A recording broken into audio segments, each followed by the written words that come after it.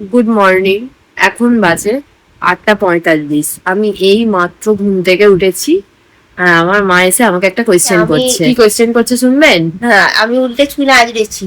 কিরম লাগছে বল? আমায় ভাল লাগছে? উল্টে চুল আঁচড়েছি মানে? আমি আগে তো পেতে চুল আঁচড়াই রোজ, আজকে বললাম যে উল্টে চুল আঁচড়াই। তো কিরম লাগছে আমাকে বল। ভালো লাগছে, কিন্তু তার জন্য তুমি আমাকে এটা ঘুম থেকে তুলে বলবে? তো কাকে জিজ্ঞেস করবো? তোকেই তো জিজ্ঞেস করবো। কে আছে আবার? একে জিজ্ঞেস করেছি, ছোট মেয়েকে জিজ্ঞেস করেছি। তাও বড়কেও তো জানতে হবে কিরম লাগছে। इससे क्या पता चलता है?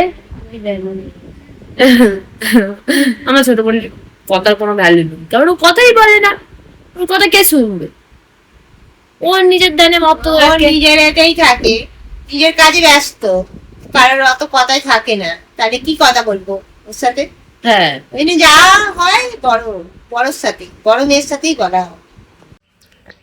আমি স্নান করে নিয়েছি। আজকে মা আর বোন পুজো করবে না, তাই জন্য আমাকে একাকেই পুজো করতে হবে। আজকে অনেক কাজ। চলো আমি তোমাদের দেখাই। আমার পুজো করতে না হলেও 2 থেকে 3 ঘন্টা সময় লাগবে আজকে। তো দেখা যাক কতক্ষণ সময় লাগে। আবার আজকে 11টা থেকে পড়তেও আসবে, আমি কখন কি করব কি জানি।